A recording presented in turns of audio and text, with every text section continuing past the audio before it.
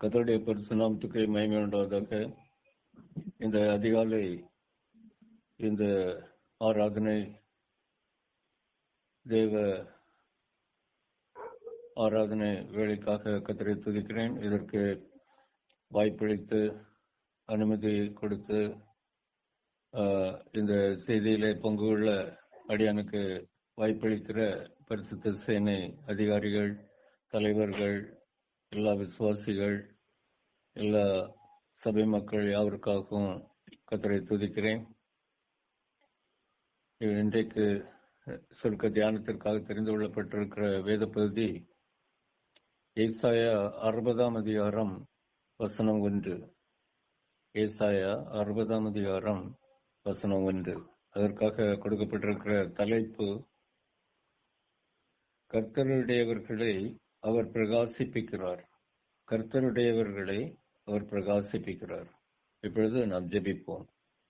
அன்பின் தகப்பனே, இந்த வேலைக்காக நன்றி அப்பா. இந்த அதிகாலை வேளையிலே எங்களோடு இருந்து ஆண்டவரே இந்த ஆராதனை நடத்துவதற்கு, உங்களுடைய வார்த்தைகளை நாங்கள் தியானிப்பதற்கு ஆண்டவரே கிருபையாக நீர் எங்களுக்கு தந்திருக்கிற ஜீவன், சுகம், பலன், எல்லா வசதிகளுக்காக, நன்மைகளுக்காக உம்மை துதிக்கிறோம். உமக்கு நன்றி செலுத்துகிறோம் ஆண்டவரே. பரிசுத்த ஆவியானவரே, இந்த வார்த்தைகளை நீர் இந்த நாளுக்காக ஆண்டவரே இதை கேட்கிற ஒவ்வொருவருக்காக நீர் எழுதி வைத்திருக்கிறீர் ஆண்டவரே. இதை நாங்கள் தியானிக்கத்தக்கதாக, கற்றுக்கொள்ளத்தக்கதாக, தெரிந்து கொள்ளத்தக்கதாக, அன்றாட வாழ்க்கையிலே நாங்கள் பயன்படத்தக்கதாக ஆண்டவரே நீர் எங்களுக்கு போதித்தருளுவீராக. பரிசுத்த ஆவியானவரே, நீர் எங்களுக்கு கற்றுத்தாரும் ஆண்டவரே. நீர் எங்களோடு இருந்து எங்களை வழிநடத்தும். இவற்றை அன்பு ரட்சகர் ஆண்டவர் இயேசு கிறிஸ்துவின் நாமத்திலே ஜெபிக்கிறோம் பிதாவே, ஆமென். கர்த்தர் இந்த ஏசாயா தீர்க்கதரிசியை கொண்டு அவருடைய மக்களுக்கு கொடுத்த இந்த வார்த்தையை நாம் பார்க்கின்றோம்.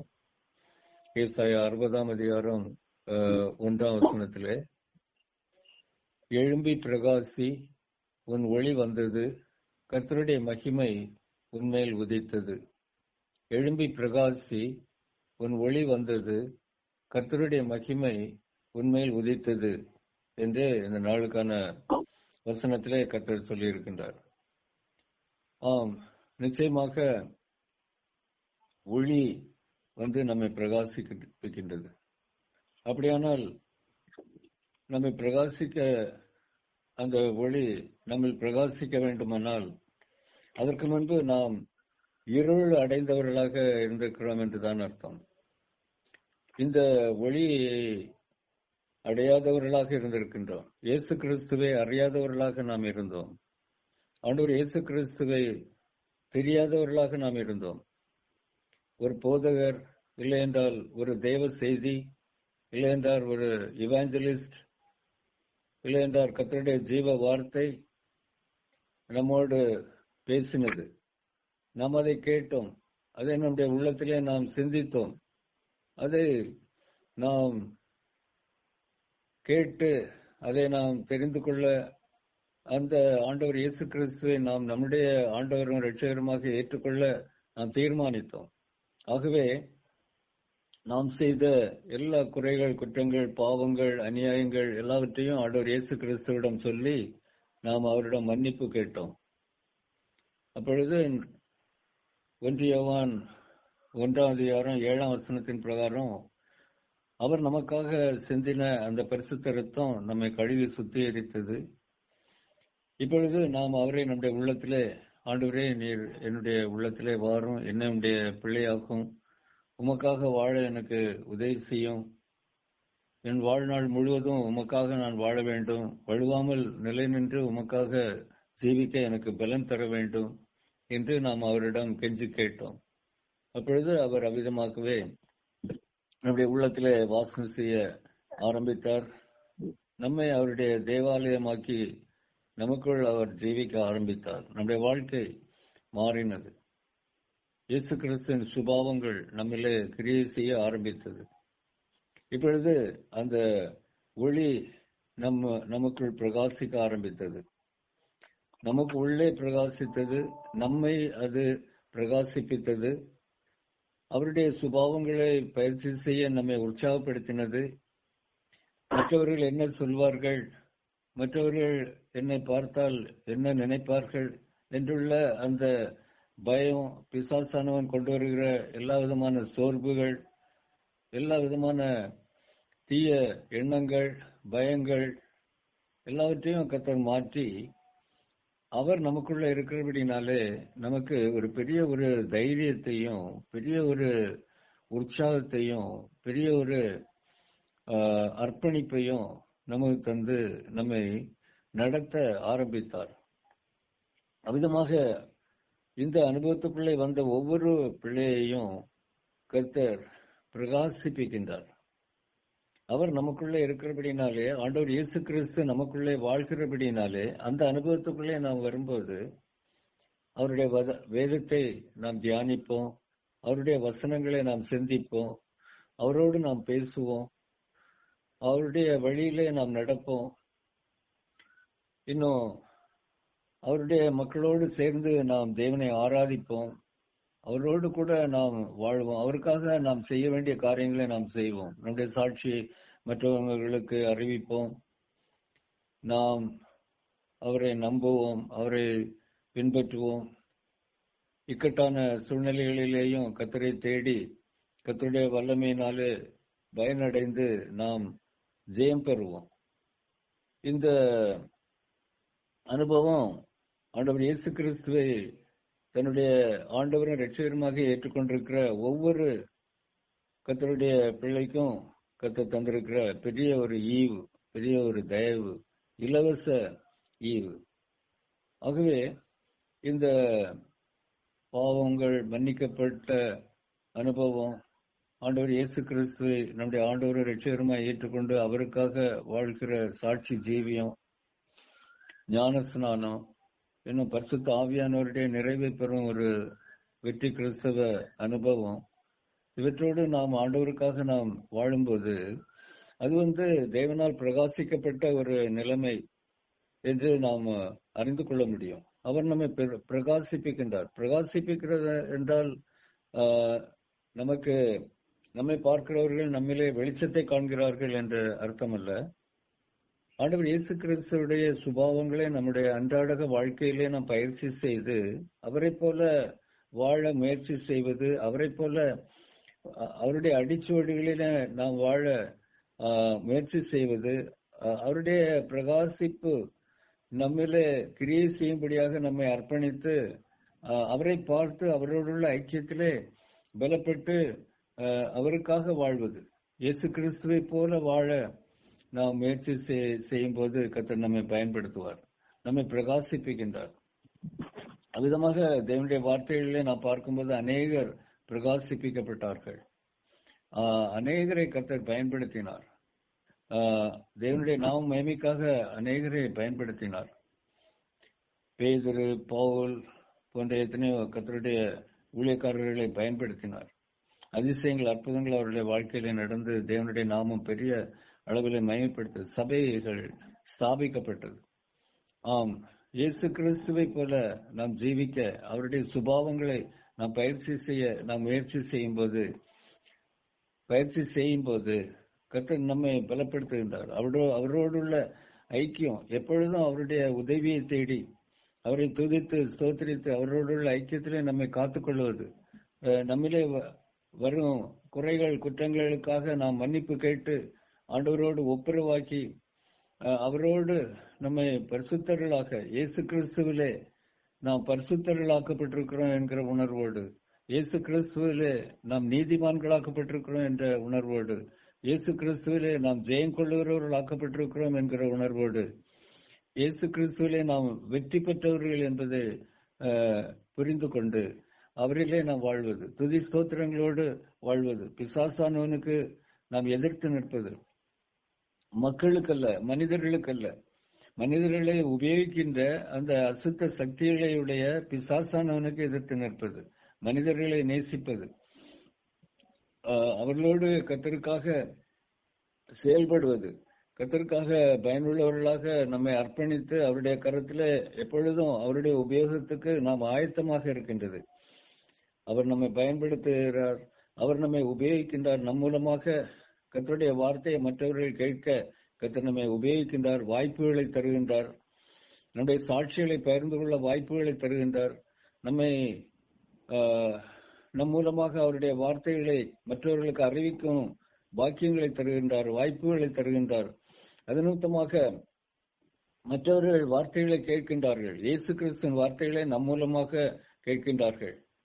பிரகாசிக்கிற ஒரு அனுபவம், பிரகாசிப்பிக்கின்ற ஒரு அனுபவம். நம்மை பிரகாசித்த ஒளி ஆண்டவர் இயேசு கிறிஸ்து மற்றவர்களுக்கும் கிடைப்பதினாலே, மற்றவர்களும் அந்த இயேசு கிறிஸ்துவை தங்களுடைய ஆண்டவரின் இரட்சகருமாக ஏற்றுக்கொள்ளுகிற வாய்ப்பு அவர்களுக்கு கிடைக்கிறபடினாலே அவர்களும் பிரகாசிப்பிக்கப்படுகின்றார்கள். அவர்களுக்கும் அந்த ஒளி கிடைக்கின்றது. அவர்களும் அந்த ஒளியிலே நடப்பார்கள். ஒளியிலே நடக்கும் ஒரு அனுபவம். தீய வழியிலிருந்து, தீமைகளிலிருந்து, அறியாமைகளிலிருந்து வேத சத்தியங்களை நாம வாசித்து தியானித்து நாம் தெரிந்து கொள்ளும் போது பரிசுத்த ஆவியானவர் நமக்கு அவருடைய வார்த்தைகளையும் அவருடைய சுபாவங்களையும் அவர் விரும்புகிற காரியங்களையும் அவர் சித்தத்தையும் நமக்கு வெளிப்படுத்துகின்றார். நாம் பிரகாசிப்பிக்கப்படுகின்றோம்.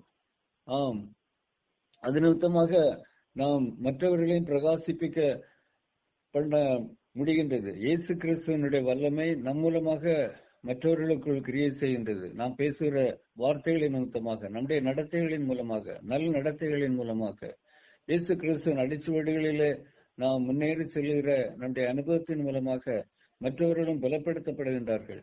ஒன்றாக ஜெபிக்கிறது நிமித்தமாக, ஒன்றாக தேவனை ஆராதிக்கிறது நிமித்தமாக. யோவேல் 2:28 குழந்தைகள் முதல் வாலிபர்கள் வயோதிபர் யாவருக்கும் கர்த்தர் அவருடைய வரங்களையும் அவருடைய சிறப்பு குணாதிசயங்களையும் தந்து இந்த நாட்களில் நம்மை பயன்படுத்த அவர் சித்தம் கொண்டிருக்கின்றார். இன்னும் 1 கொரிந்தியர் 12 8 முதல் 10 வரைக்கும் உள்ள வசனங்களிலேயும் அந்த 9 பரிசுத்த ஆவியானவருடைய வரங்களை கொண்டு கர்த்தர் நம்மை உபயோகிக்க சித்தம் கொண்டிருக்கின்றார். பிரகாசிக்கும் அனுபவம். மற்றவர்களுக்காக நாம் பயன்படும் போது, மற்றவர்களுக்கு கிறிஸ்துவை அறிவிக்கும் போது, மற்றவர்களுக்காக ஜெபிக்கும் போது, மற்றவர்களுக்காக கர்த்தர் நம்ம தந்திருக்கிற வரங்களை பயன்படுத்தி தேவனை மகிமைப்படுத்தும் போது, சபையிலேயும் இன்னும் ஜெப கூட்டங்களிலேயும் இன்னும் மற்றும் பொதுவான இடங்களிலேயும் எந்தெந்த விதமாக கர்த்தர் நம்மை பயன்படுத்த சித்தம் கொண்டிருக்கின்றார், எவ்விதமாக அவர் நம்மை உபயோகிக்கின்றார், அதன் பிரகாரமாக அவருடைய சித்தத்துக்கு நாம் நம்மை அர்ப்பணித்து, நாம் நம்முடையவர்கள் அல்ல, நாம் கிறிஸ்துவுடையவர்கள் என்ற அந்த அர்ப்பணிப்போடு அந்த ஒரு உண்மையை நாம் புரிந்து கொண்டு அவருக்காக, ஆண்டவர் இயேசு கிறிஸ்துவுக்காக அவருடைய கருத்திலே நாம் பயன்படும் போது கர்த்தர் நம்மை பயன்படுத்த முடியும். நம்முடைய வார்த்தைகளை கொண்டு, நம்முடைய ஜீவியத்தை கொண்டு, நம்முடைய முன்மாதிரியான வெற்றி கிறிஸ்தவ வாழ்க்கையை கொண்டு, நம்முடைய குடும்பத்தினரை கொண்டு, நம்முடைய சபையினரை கொண்டு மற்றவர்களையும் கர்த்தர் பிரகாசிப்பிக்கப்பட முடியும். பெரிய காரியங்கள் நம் மூலமாக நடக்க முடியும். நம்முடைய தேசம் ஆசீர்வதிக்கப்பட முடியும். நம்முடைய தேசத்துல நல்ல மழை பெய்ய முடியும். நல்ல ஆசீர்வாதங்கள் உண்டாக முடியும். பெரிய ஒரு எழுப்புதல் உண்டாக முடியும். பெரிய ஆத்ம அறுவடை உண்டாக முடியும். சபைகள் ஸ்தாபிக்கப்பட முடியும். தேவனுடைய அன்பு, தேவனுடைய பரிசுத்தம் நம்முடைய சபைகளிலே, நம்முடைய தேசத்திலே நிறைவேற முடியும், நடக்க முடியும், சம்பவிக்க முடியும். அதற்கு இயேசு கிறிஸ்து விசுவாசிக்கிற ஒவ்வொரு விசுவாசியும், ஒவ்வொரு ஊழியக்காரரும், ஒவ்வொரு குழந்தையும், ஒவ்வொரு வயதானவங்களும் கர்த்தருடைய கருத்திலே பயன்பட முடியும். அதைத்தான் நாம் இந்த வசனங்களிலே பார்க்கின்றோம். கர்த்தர் என்று சொல்லுகிற இந்த வார்த்தை நிமித்தமாக நாம் எழும்பி பிரகாசிக்க கர்த்தர் நம்மை அழைக்கின்றார், நம்மை பிரகாசிப்பிக்கின்றார், நம்மை ஊக்கப்படுத்துகின்றார், நம்மை தைரியப்படுத்துகின்றார், நம்மை அதிகாரப்படுத்துகின்றார். அவருடைய வாக்கு தத்தங்களினாலும் அவருடைய உடன்படிக்கையினாலும் நம்மை பலப்படுத்துகின்றார். அது மாத்திரமல்ல, 1ஆம் வசனம், ஏசாயா 61 2வது பகுதியிலே நாம் பார்க்கும்போது கர்த்தருடைய மகிமை உண்மையில் உதித்தது என்று அவர் வாக்கு கொடுக்கின்றார். ஆம், நாம் கர்த்தருக்காக எழும்பி பிரகாசிக்கப்பட்டதன் பிற்பாடு கர்த்தருடைய மகிமையின் பங்கு கொள்ளுகிறவர்களாகவும் கர்த்தர் நம்மை ஆசீர்வதிக்கின்றார். ஆம், இந்த நாட்களிலே நாம் கர்த்தருடைய மகிமை நம்மேல் இருக்கின்றது என்பதை நாம் எப்போதும் புரிந்து கொண்டு கர்த்தருடைய அடிச்சுவடுகளிலே நாம் உற்சாகமாக நடக்க நாம் உற்சாகப்படுத்தப்பட வேண்டும். நாம் அதிகாரப்படுத்தப்பட வேண்டும். கர்த்தர் நம்மை எழும்பி பிரகாசிக்க பண்ணுகிற போது அது அவருடைய அதிகாரம், அவருடைய ஆளுகை, அவருடைய ராஜரீகம் நம்மிலே இருக்கின்றது, நம்மோடு கூட இருக்கின்றது. நம்மை பயன்படுத்த அவர் சித்தம் கொண்டிருக்கின்றார். நம்மை எடுத்து உபயோகிக்க அவர் பெருந்தன்மை உள்ளவராக இருக்கின்றார். பயன்படுத்த அவர் சித்தம் கொண்டிருக்கிறார், உபயோகிப்பார். கோடிக்கணக்கான பேர் கிறிஸ்துவண்டை வழிநடத்தப்பட வேண்டியது இருக்கிறது. இன்னும் எல்லா மக்களும் இயேசு கிறிஸ்துவை அறிய வேண்டி இருக்கிறது. யுத்தங்கள், பயங்கரங்கள் எவ்வளவோ நம்மை சுற்றி நடந்து கொண்டிருக்கின்றன. என்றாலும் கர்த்தர் நம்மை பாதுகாத்துக் கொண்டிருக்கிறார். காலங்கள் பயங்கரமான காலங்களாக மாறிக்கொண்டிருக்கின்றன. இருந்தாலும் கர்த்தருடைய பிள்ளைகள் அவருடைய வாழ்நாள் முழுவதும் கர்த்தருக்காக பிரகாசிக்க வேண்டியவர்களாக இருக்கின்றார்கள். கர்த்தருடைய குணாதிசயங்களை வெளிப்படுத்தி அவருக்காக அவருடைய அடிச்சுவடுகளிலே அவரை போல வாழ அழைக்கப்பட்டிருக்கிறார்கள், அதிகாரப்படுத்தப்பட்டிருக்கிறார்கள். இயேசு கிறிஸ்துவின் மகிமையை அணிவிக்கப்பட்டிருக்கிறவர்களாக வாழ கர்த்தர் நம்மை அதிகாரப்படுத்தியிருக்கின்றார். நமக்கு பெரிய உரிமையையும் பெரிய ஒரு சிலாக்கியத்தையும் பரலோகத்தோடு ஆண்டவர் இயேசு கிறிஸ்துவோடு பிதா குமாரன் பரிசுத்த ஆவியானவர் என்ற திரியேக தேவனோடு பெரிய ஒரு உறவையும் நமக்கு ஏற்படுத்தி இருக்கின்றார். பரலோகத்தோடு உள்ள ஐக்கியம், பரலோக அரசாங்கத்தோடு உள்ள ஐக்கியம், பரலோக தேவதூதர்களின் சேனைகளோடு உள்ள ஐக்கியம் இன்று நமக்கு தந்திருக்கின்றார். அந்த பெரிய ஒரு சிலாக்கியத்தை தந்திருக்கின்றார். பரலோகத்தோடு ஐக்கியப்படும்படியான இயேசு கிறிஸ்துவோடு உள்ள ஐக்கியத்திலே பரலோக வாசிகளோடு ஐக்கியப்படும்படியான பெரிய ஒரு சிலாக்கியம், பெரிய ஒரு வாசலை திறந்திருக்கின்றார். நம்மை பிரகாசிப்பிக்கிற அந்த ஒளி நம்மை அவருடைய மகிமையினாலே முடிசூட்டுகிற அந்த ஒரு மகிமை கர்த்தர் நமக்கு தந்திருக்கின்றார். நம்முடைய வாழ்நாள் முழுவதும் அவருக்காக நாம் வாழுவோம், தொடர்ந்து அவருக்காக நாம் ஜீவிப்போம். இந்த வாழ்க்கையோடு நம்முடைய வாழ்க்கை முடிந்து போகிறதல்ல. இந்த மாமிச சரீரத்தை இந்த உலகத்திலே விட்டுவிட்டு நாம் நம்முடைய ஆத்மாவிலே ஆத்மீக சரீரத்தோடு, புதுப்பிக்கப்பட்ட சரீரத்தோடு ஆண்டவர் இயேசு கிறிஸ்துவோடு வாழும் பெரிய பாக்கியத்தை கர்த்தர் நமக்கு தந்திருக்கின்றார். கர்த்தர் அவ்விதமாக நம்மை வழிநடத்தி நம்மையும் நம்முடைய குடும்பத்தின் மக்களையும் சபையின் மக்களையும் நம்முடைய நண்பர்களையும் நம்மோடு வேலை செய்கிற மக்களையும் இயேசு கிறிஸ்துவின் பிள்ளைகளாக மாற்றி இயேசு கிறிஸ்துவுக்காக நம்மை பிரகாசிப்பித்து அவருடைய மகிமையையும் நமக்கு அணிவித்து அவருடைய வருகைக்காக நம்மை தயார் செய்வாராக. நம்முடைய இறுதி மூச்சு வரைக்கும் நாம் இயேசு கிறிஸ்துவின் சாட்சிகளாக நிலைநிற்க, இரத்த சாட்சிகளாகவும் பாக்கியம் நமக்கு கிடைத்தாலும் அதற்கும் நாம் அஞ்சாதபடிக்கு தைரியமாகவும் சந்தோஷத்தோடும் விதமான இரத்த சாட்சி மரணத்துக்கும் நாம் தைரியமாக வாழும்படியாகவும் கர்த்தர் நமக்கு கிருபை செய்வாராக. நமக்காக காத்து கொண்டிருக்கிற அந்த ஜீவ கிரீடத்தை பெற்றுக்கொள்ளும்படியான பெரிய சிலாக்கியம் கர்த்தர் நமக்கு தருவாராக. எல்லா துதியும் கனவும் மகிமையும் கர்த்தருக்கு உரித்தாவதாக. இப்பொழுது நாம் ஜெபிக்கலாம். அன்பின் தகப்பனே, ஆண்டவரே, இந்த பரிசுத்த வேளைக்காக நன்றி. ஆண்டவரே, இந்த ஜீவ வார்த்தைகளை நாங்கள் தியானிக்க நீர் எங்களுக்கு கிருபை செய்தீர். எங்களுக்கு உங்களுடைய வார்த்தைகளை எங்களை அறிவித்தீர். ஆண்டவரே, இன்று இந்த வார்த்தைகளை கேட்டுக்கொண்டிருக்கிற அனைவரையும் ஆண்டவரே நீர் எழும்பி பிரகாசிக்க பண்ணுகின்றீர். உங்களுடைய மகிமையை எங்களுக்கு அணிவிக்கின்றீர், எங்கள் மேலே உதிக்க பண்ணுகிறீர். நன்றி ஆண்டவரே, நன்றி. புதிய ஒரு அபிஷேகம், புதிய ஒரு வல்லமை, புதிய ஒரு அதிகாரம், பெரிய ஒரு ராஜரீகம் எங்களை ஆண்டு வழிநடத்தட்டும் ஆண்டவரே. நாங்கள் இந்த அநித்தியமான மனிதர்களாக இருந்தால் கூட அநாதிகால ஆசீர்வாதத்தோடு அநாதிகால நித்திய ஜீவனோடு எங்களை நேர் பிரகாசிப்பித்து எங்களை வழிநடத்துகிறவராக இருக்கிறீர்கள் ஆண்டவரே. நேற்றும் இன்று என்று எங்களை கைவிடாதபடி, எங்களை விட்டு மாறாதவராக எங்களை வழிநடத்துகிறவராக, உங்களுடைய ஆலோசனைகளினாலும் உங்களுடைய அதிகாரத்தினாலும் உங்களுடைய வல்லமையினாலும் உங்களுடைய சர்வ ஆயுத வர்க்கத்தினாலும் எங்களை நீர் பத்திரப்படுத்தி பயன்படுத்துகிற தேவாதி தேவனாக இருக்கின்றீர். நன்றி அப்பா, நன்றி. இந்த உலகத்திலே இருக்கிற ஒரே ஒரு தேவனாக்கிய பிதா குமாரன் பரிசுத்த ஆவியானவராக அந்த திரியேக தேவனாக்கிய ஆண்டவர் இயேசு கிறிஸ்துவினாலே வழிநடத்தப்படும், பிரகாசிப்பிக்கப்படும், மகிமையினால் முடிசூட்டப்படும் பாக்கியம் பெற்ற மக்களாக வாழ ஆண்டவரே இந்த வார்த்தைகளை கேட்கிற ஒவ்வொருவருக்கும் கிருபை செய்யும் ஐயா. ஆண்டவரே, இந்த பரிசுத்த சேனை சபையோரை நீர் ஆசீர்வதி ஆண்டவரே. இந்தியாவில் மாத்திரமல்ல, உலகத்தின் பல நாடுகளிலேயும் இந்த சபை ஆண்டவரே வளர்ந்து படரட்டும் ஆண்டவரே. ஆலமரத்தை போல கவிந்து கொள்ளட்டும். உங்களுடைய நாமம் மகிமைப்படட்டும் ஆண்டவரே.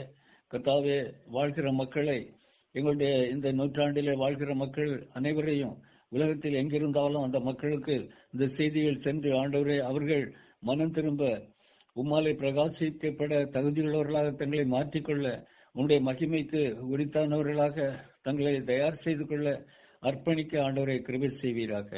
இந்த பரிசுத்த சேனை சபையோருடைய பிள்ளைகள், குடும்பங்கள், அவர்களுடைய வேலைகள், அவர்களுடைய உழைப்பு, பிரயாசங்கள், பிசினஸ்கள், கடமைகள், அவர்களுடைய ஊழியங்கள் எல்லாவற்றையும் நீர் ஆசீர்வதியும் அப்பா.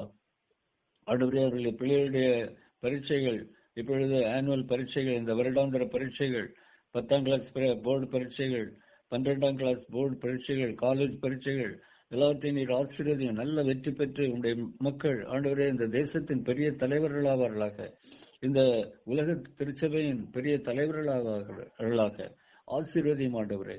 உங்களுடைய ஒளி பிரகாசிக்கட்டும் ஆண்டவரே.